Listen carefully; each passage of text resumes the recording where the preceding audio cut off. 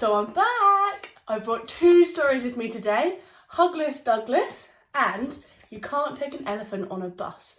So I thought every day I'll bring you two stories that I will read and you can show the kids that I'm reading them, or you can just enjoy the video yourself. So we'll start with Hugless Douglas, and I will try my hardest to get the pictures so I can read it and you can see it.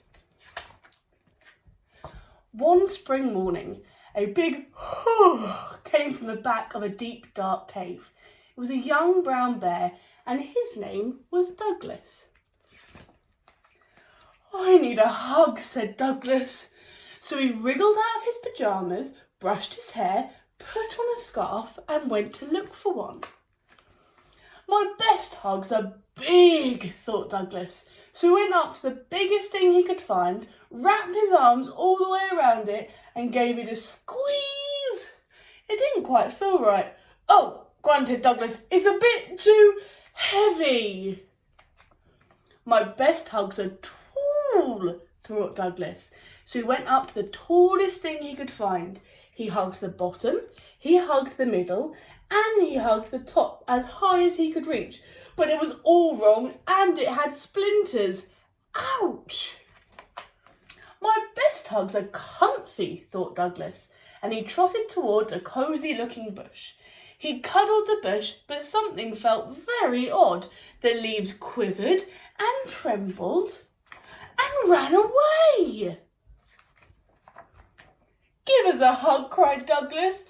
"No," baaed the sheep, "we're too busy." He scooped up armfuls anyway and tried to cuddle them gently, but they kicked and squirmed and didn't like it at all.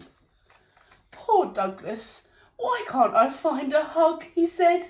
"If I want a hug," said Wise Owl, "I sit on my tree and—" "Let me try," whooped Douglas, and he scrambled up next to the owl, but he soon found himself in a clumsy muddle.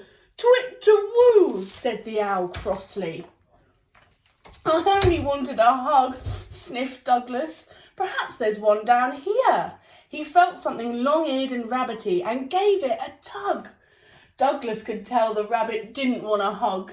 He sniffed again and, without thinking, wiped his nose on the fluffy end. "Excuse me," shouted the rabbit, "put me down." "But I need a hug," said Douglas, "and I can't find one anywhere." "Oh, I see," said the rabbit kindly. "Come with me." She took Douglas by the paw and led him round and about. At last they came to a deep, dark cave where a sleepy someone was just waking up. Douglas peeped inside. He had the funniest feeling that he knew this someone very well. "Hug?" asked Douglas, and ran as fast as he could towards his mum. But there we are. "Come to think of it, my best hugs are from someone I love," said Douglas, and he snuggled into the biggest, warmest arms he knew. The end. So, our second of the stories is You Can't Take an Elephant on the Bus.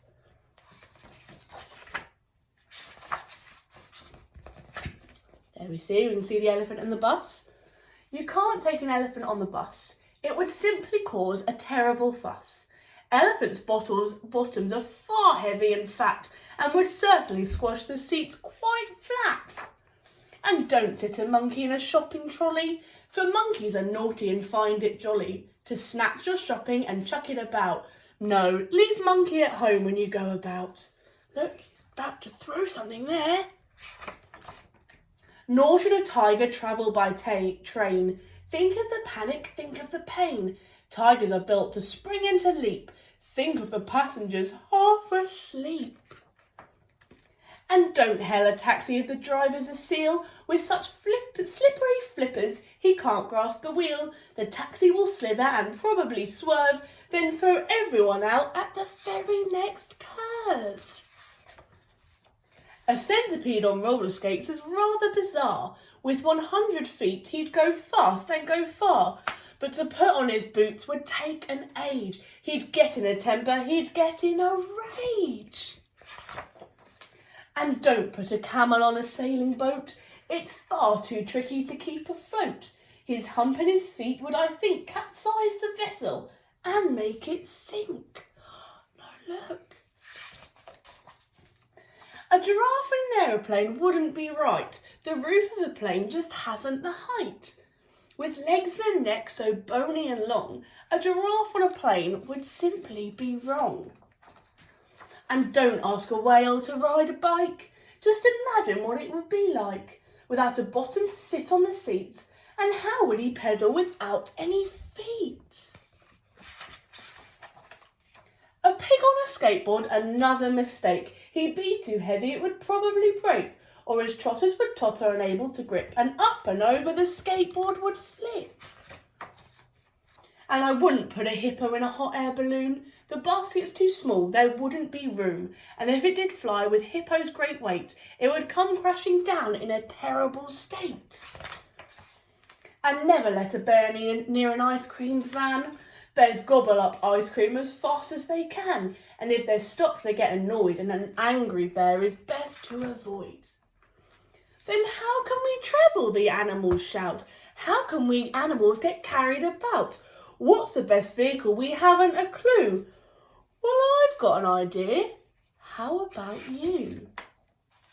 Yes, animals on roller coasters are good for a laugh. There's room here for everyone, even giraffe. So it's goodbye to skateboards, balloons and that bus, for we now have a convoy that suits all of us. Can you see that they're all on there? And pigs fallen just down there. The end. So that is our story time today. I hope you enjoyed those 2 books. Sorry if I got tripped up on some words. Tomorrow we'll have 2 more stories, and you may even get either a Bible story or a craft. So watch this space. Remember to tell your friends and your family about this video and share it. This is here to help anybody that needs it at the moment. See you later.